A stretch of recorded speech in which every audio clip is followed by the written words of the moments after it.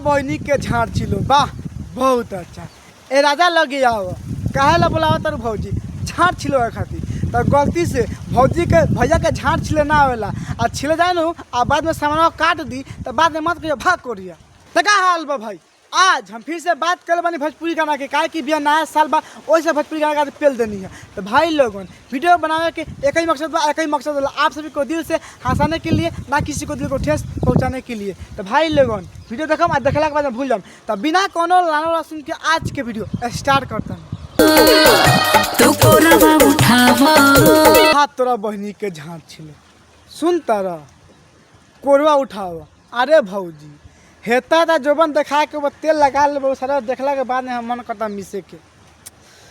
अब का करिए भाई कसम से कहते हैं हमारा तो मन करता वो हिला के भौजी के मुँह पर गिरा दे कि भौजी चाट लो।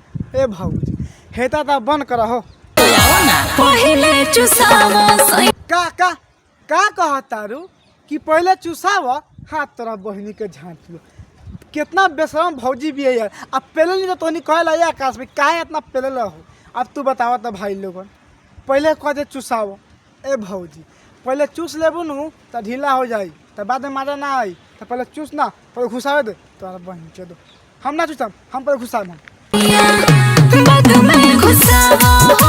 ओहो का बात बा कि बाद में घुसावा हो। सुन ले भाई लोगन आए बताओ तो कितना भौजी छतरी भी कहती है ये राजा जी हेने आवा कोरा में उठावा आ पहले चुसावा फिर बाद में घुसावा।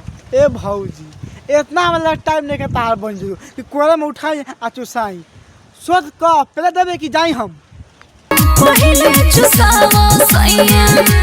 ए भौजी का चाहता रू ना हमें के तू साफ साफ खोल बताओ का चाहता हो कि पटा के पेल दी ना भाई सुन तो यार फिर से कहते पहले चुसाओ। अरे हम चुसाएम ना आए हम काहे चुसाले भंचो रे हम काहे चुसाई उतना हमारा टाइम नहीं खे कि तो 50 में हम चुसाई आई काली। हम साफ साफ कहल चाहते तो देर के मन में कि जाई हम ऐसे भी हम मन नहीं खेला अगर मना कर देवे तो फिर दोबारा पेलबू ना।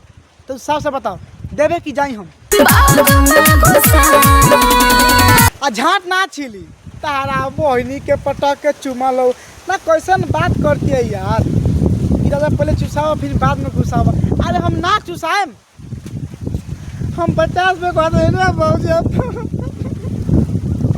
हमारा टाइम पास करेंगे नहीं खे कहा ना बात समझता रहे हम चुसाएम ना हमारे ले के मन प्लीज हम तो हाथ जोड़ता नहीं प्लीज हमारे ले लो हम चुसाएम ना चुसाएम हम।